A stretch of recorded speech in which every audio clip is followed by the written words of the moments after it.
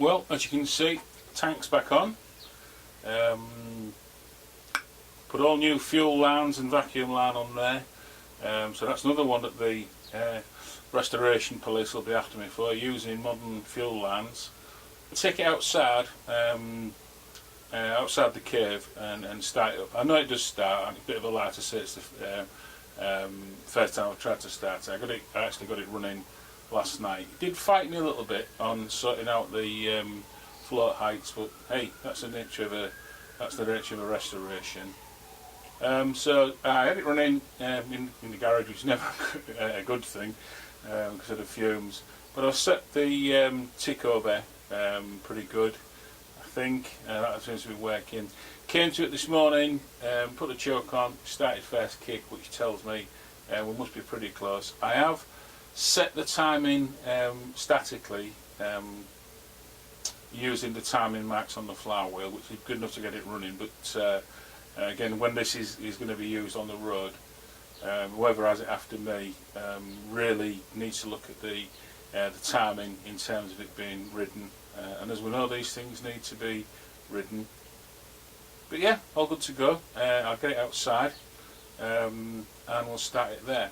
Do it today while the wife's at work, because I'm going to have to sort of push the bike through some hostas. It's going to break some hosta leaves off, but you know, we all have our sacrifices in this thing.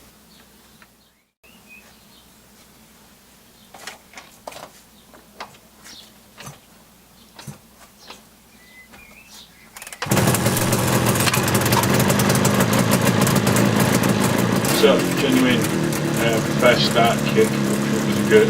Believe me, no one particularly seen the video was running as well. So I'll keep quiet for a little while and let you listen to the engine when it settles down.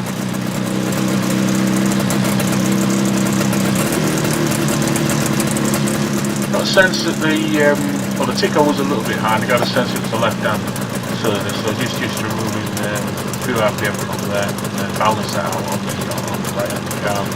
And it's nicely ticking over at 1500 RPM, a nice steady 1500 RPM. So again, another good indication of the carbs where they should be and everything's in order.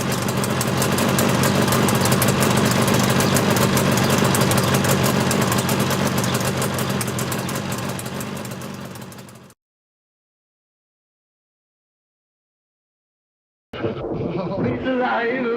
It's alive! It's alive! It's alive! Oh, in the name of God!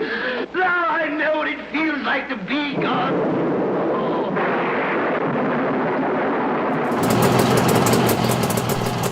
Motor's ticking over nicely, so it tells us the carbs must be there or thereabout. Yeah, we're into this dynamically. Resisted the temptation to really rev it up because the motor's got literally minutes on it, so it needs running properly. So runs later, sort of 4.5 hours in. Revs settle back nicely, tell us again that the carbs are at least somewhere near.